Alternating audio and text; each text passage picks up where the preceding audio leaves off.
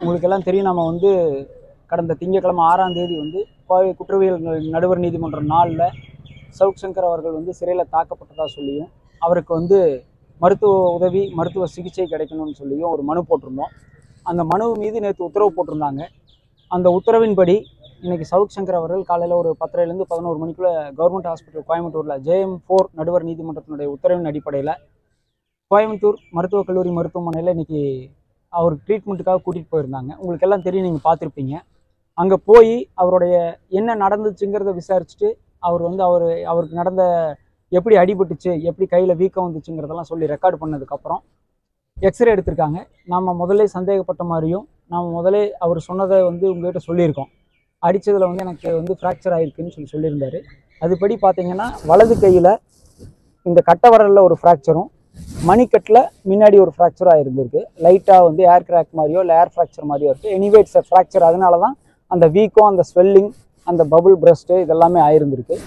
அதுக்கு எக்ஸ்ரே எடுத்து முடித்ததுக்கப்புறம் மாவுக்கட்டு போட்டிருக்காங்க. மாவுக்கட்டு போட்டு அதற்கான சிகிச்சைகள் அளிக்கப்பட்டு அதுக்கான மருந்துகள் கொடுக்கப்பட்டு அவருக்கு மாவுக்கட்டு போட்டதுக்கப்புறம் தான் இப்போ ஹீ ஃபீல் வெரி ரிலீஃப்டு. இன்றைக்கி வந்து கோவை அரசு மருத்துவமனையில் போய் எடுக்கப்பட்ட சிகிச்சைக்கு அப்புறம் தான் அவர் வந்து மென்டலி ஸ்ட்ரெஸ்ஸில் இருந்தது. ஆக்சுவலாக அவர் ரொம்ப ஸ்ட்ரெஸ்ஸில் இருந்தார். இந்த அடிபட்டதுனால ஃப்ராக்சருக்கான எக்ஸ்ரே எடுக்கலை, அந்த கட்டு போடலைங்கிறதுனால ரொம்ப மன அழுத்தத்தில் இருந்தார். அந்த மன அழுத்தத்திலிருந்து இன்றைக்கி கொஞ்சம் விடுபட்டிருக்காப்புல. கட்டு போட்டதுக்கப்புறம் ஹி ஃபீல்ஸ் பெட்டர். அந்த ஃப்ராக்சர் இருக்குது அப்படிங்கிறது உறுதியாக இருக்குது.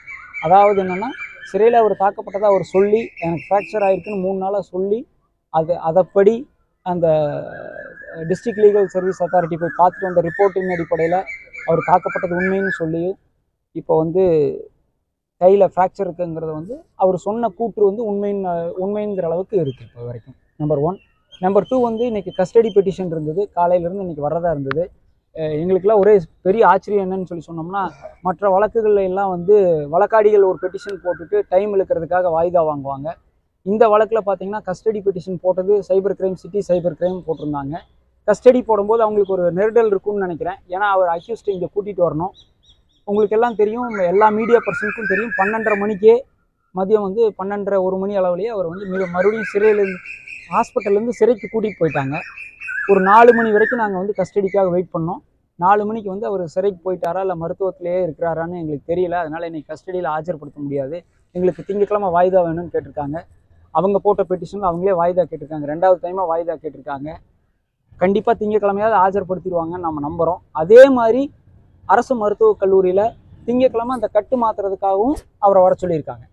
ஸோ வர்ற திங்கட்கிழமை காலையில் கட்டு மாற்றணும், திங்கட்கிழமை காலையில் கஸ்டடி இங்கே கொடுக்கணும்.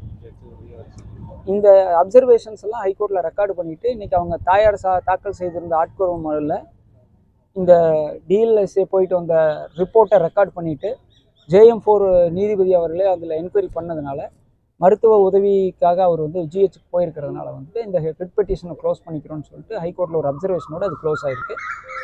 என்னை பொறுத்த வரைக்கும் நான் நேற்று பேட்டியில் நம்ம சொன்ன மாதிரி கோவை மருத்துவமனை அரசு மருத்துவமனை மருத்துவர்கள் வந்து ரொம்ப கவனமாகவும் ரொம்ப அன்பாகவும் முத்துக்குமார் சொன்ன மாதிரி இத்தனை நடந்த பின்பும் இந்த உலகத்தில் அன்பை கொள்ள ஆயுதம் கண்டுபிடிக்கப்படலைங்கிற மாதிரி அவர் மேலே ரொம்ப அக்கறை எடுத்து அவருக்கான முறையான சிகிச்சை கொடுத்தாருன்னு சொல்லி சவுக் சங்கர் அவர்கள் இன்னைக்கு சிறையில் சந்திக்கும் போது சொன்னார்.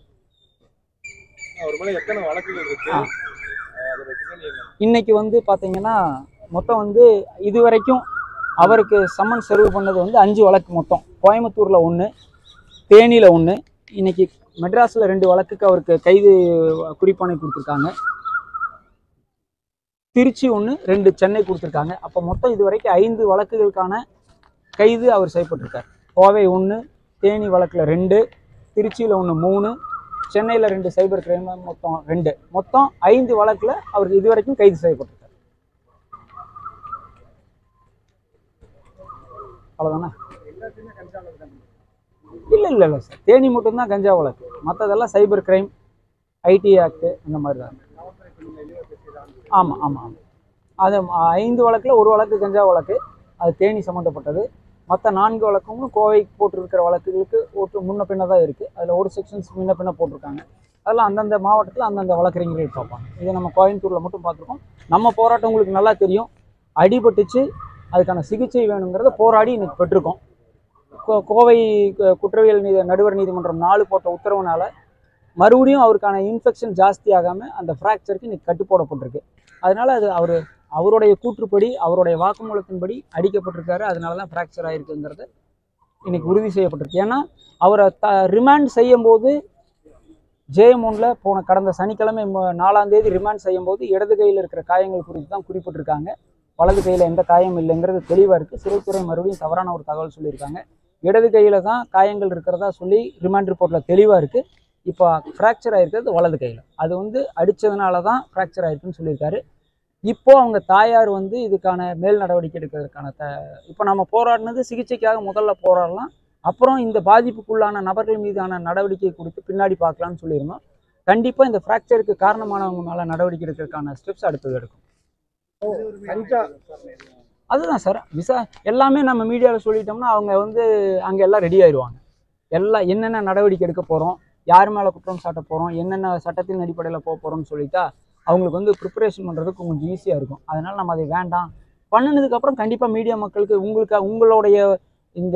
உங்களுடைய மீடியாவுடைய தொலைக்காட்சிகளுடைய பத்திரிகைகளுடைய சப்போர்ட் இல்லாமல் இந்த மனித உரிமை மீறலும் நம்ம தட்டி கேட்டிருக்கவே முடியாது. உங்களுக்கு நான் திருப்பி அதான் சொல்கிறேன், ஒரு காயத்துக்கு ஒரு எக்ஸ்ரே எடுத்து கட்டு போடுறதுக்கு நம்மளுக்கு 3 நாள் ஆயிருக்கு.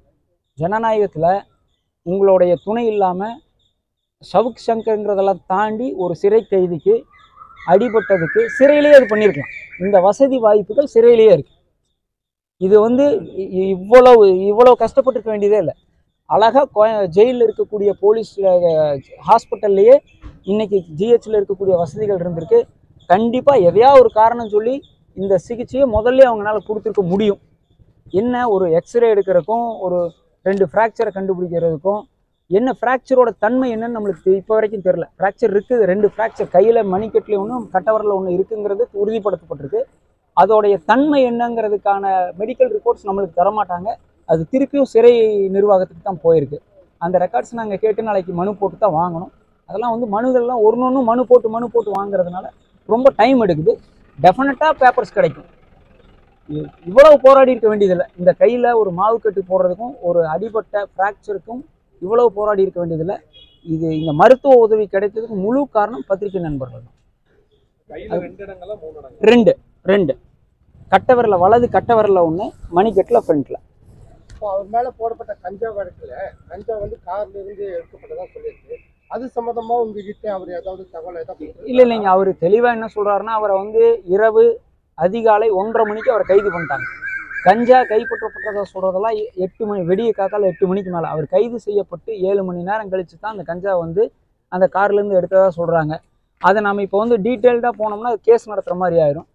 அவர் என்ன சொல்கிறாருன்னா, என்னை அரெஸ்ட் பண்ணும்போது எல்லாம் செக் பண்ணி என் ரூம் எல்லாம் சர்வே பண்ணி எல்லாமே ஆஃப்டர் ஸ்க்ரீனிங் பண்ணி தான் அவருடைய ஃபோனு லேப்டாப்பெல்லாம் சீஸ் பண்ணிட்டு வந்தாங்க. அது எல்லாத்தையுமே செக் பண்ணியிருக்காங்க. அது நாம் சொல்லலை, ரெக்கார்டு இருக்குது. அந்த ரெக்கார்ட்ஸ் காப்பீஸ் நம்மக்கிட்ட இருக்குது. அதனால் அவங்க சொல்கிறது தவறு அப்படிங்கிறத கோர்ட்டில் உறுதியாக நிரூபிக்க முடியும். அவர்னால வழக்கு சரியாக நடத்தணும்னு சொன்னோம்னா உறுதியாக கஞ்சா வழக்கு பொய் வழக்குங்கிறத ஆணித்தரமாக நிரூபிக்க முடியும். அந்த கஞ்சா வழக்குக்கு ரொம்ப சிரமெடுத்து அந்த எஃப்ஐஆர் போட்டிருக்காங்க. 100% அது பொய் வழக்குன்னு நிரூபிக்க முடியும் வழக்கில். அதுக்கான ஆவணங்கள் இருக்குது, அவர்கிட்ட இருக்குது.